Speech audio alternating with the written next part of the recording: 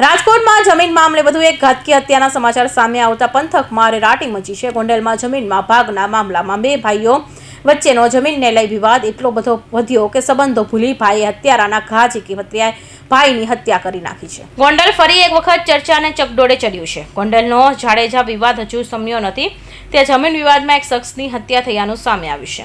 આ ઘટનાની પ્રાપ્ત વિગત મુજબ ગઈકાલે મોડી રાતે વોરા કોટડા પિતરાઈભાઈએ જમીન વિવાદમાં ભાઈ ઉપર ઘાતકી હુમલો કરી હત્યા નિપજાવી પિતરાઈભાઈને સંબંધોની શરમ રાખ્યા વગર છરી કવિતા સહિતના ધારદાર હથિયાર વડે ભાઈ ઉપર હુમલો કર્યો હતો।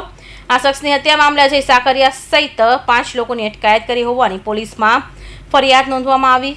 પોલીસ હત્યાનો ગુનો નોંધી સંબંધિત લોકોને આ મામલે પૂછપરછ હાથ ધરી છે। દરમિયાન મૃતક રાજેશના લાશને પોસ્ટમોર્ટમ માટે મોકલી આપવામાં આવી છે। રાજેશ અને અજયના પરિવાર વચ્ચે જમીન મામલે અવારનવાર વિવાદ થાય છે।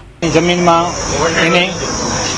એને હુમલો એવી રીતે કરીને ખેડી નાખ્યું હતું, ખેતરમાં રોટાવેટર મારી દીધું હતું। પછી રાતે બોલાચાલી થઈ તો મારા પપ્પાની દાદાની વાડીએ ગયેલા, ત્યાં આવીને પાછળથી છરીઓના ઘા માર્યા છે, આગળથી મારેલા છે, મેં તો એવું કરેલું છે। મેં જોયું તો મૃત્યુ પામી ગયા હતા। મારા ભાઈને લાગેલું છે, છાતીમાં લાગેલું છે, પેટમાં બારે આતેડા નીકળી ગયેલા છે એક સાઈડમાં। એ અત્યારે રાજકોટ સિવિલમાં છે। 2 જણા ઉપર થયો ને અજાણ્યા શખ્સ 2 હતા ને 4 જણા એ હતા, 6 જણા હતા।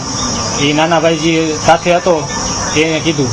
પોલીસ ફરિયાદ મુજબ ખેતી કરી રહેલા રાજેશભાઈ સાકરિયા ઉપર ટીટો ઉર્ફે અજય સાકરિયા સહિતના શખ્સોએ ગઈકાલે તીક્ષ્ણ હથિયાર વડે હુમલો કર્યો હતો। દરમિયાન રાજેશભાઈને બચાવવા જતા તેમના પુત્ર અનિલભાઈ ઉપર અજય સાકરિયા સહિતના લોકોએ જીવલેણ હુમલો કર્યો હતો। ઘાતકી હુમલાના કારણે રાજેશભાઈનું મોત નીપજ્યું, જ્યારે તેમનો પુત્ર અજય ગંભીર હાલતમાં રાજકોટ સિવિલમાં દાખલ કરવામાં આવ્યો છે।